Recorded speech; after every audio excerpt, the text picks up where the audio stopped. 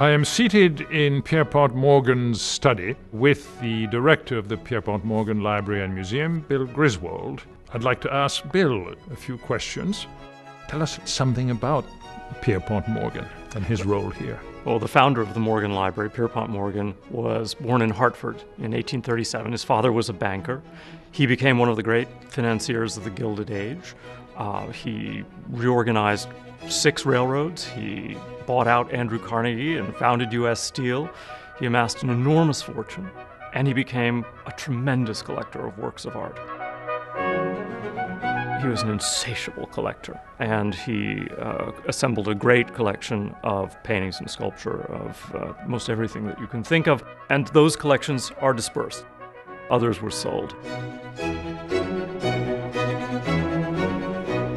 What remains at the Morgan was this great collection of books, rare early printed books, fine bindings, medieval and Renaissance manuscripts, literary and historical manuscripts, the only surviving manuscript for John Milton's Paradise Lost, for example, as well as his collection of ancient Near Eastern cylinder seals and a variety of his favorite objects, including some of those in this room, pieces of sculpture and maiolica and Renaissance paintings that remained at the Morgan after his death. I must say, I love the Morgan, dropping in, looking masterpieces, and of course the whole ambiance, the setting of the Morgan. Maybe you can say something of the setting of the objects. It's very different from the ordinary narrative-driven linear museum that people are accustomed to. Well, I mean, it's an extraordinary setting, as you say. The Morgan Library, the original Morgan Library, was built by Charles McKim, and it's one of the great masterpieces of American architecture of the period. The interiors of this building are among the sublime rooms in New York. We're sitting in Pierpont Morgan's study.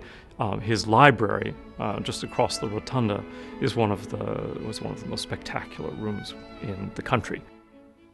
The building was expanded most recently by Renzo Piano in 2006 to include a wonderful glass atrium designed to create a sense of transparency and to rationalize the various spaces that we have that include the annex where our exhibitions are held, and Jack Morgan's brownstone on the corner of 37th Street and Madison Avenue.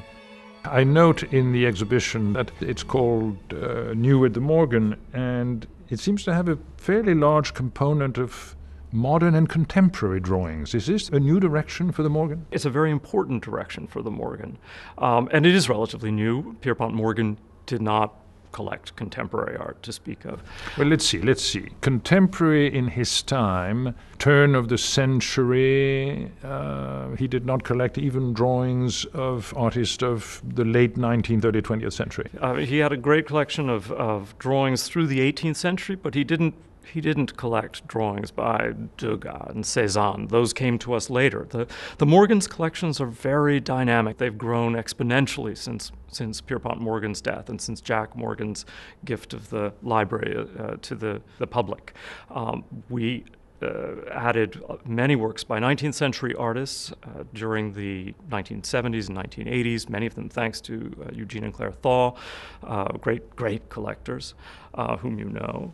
And more recently, we've added 20th and even 21st century drawings, books, literary and historical manuscripts, music to the collection. And you'll see some of them upstairs, works as recent as an Alexander Ross drawing of 2007. But you're also a very active, public-spirited institution with a lot of public programs. You've got an auditorium, for example, which is quite wonderful. A bit steep. Those of us with acrophobia are a little bit nervous going down in the front row. And it's got good acoustics. So what are the kinds of programmings you do? The concert hall is used very regularly. And there are dozens of events there every year for all audiences.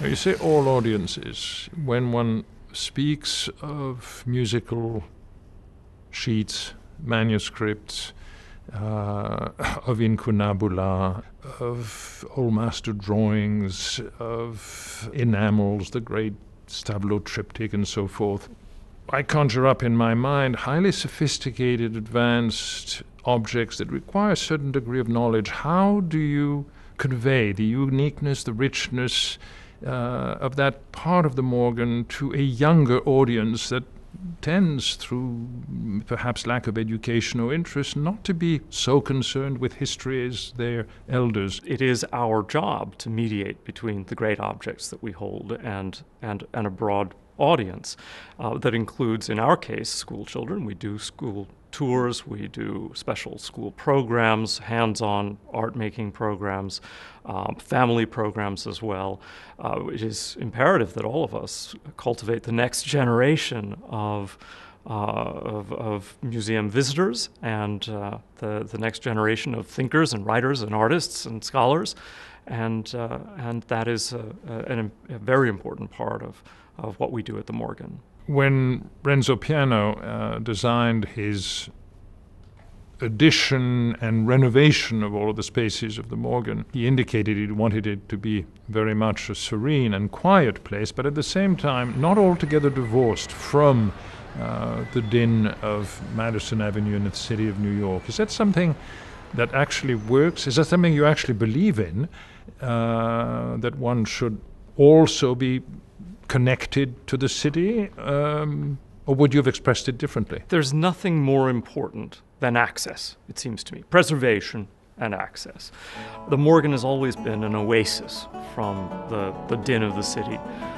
But Renzo Piano's expansion, which brings together all of the various diverse buildings on our site, is also wonderfully transparent, light-filled, visible from the street, inviting, and it makes the Morgan a more accessible institution than we ever seemed to be in the past.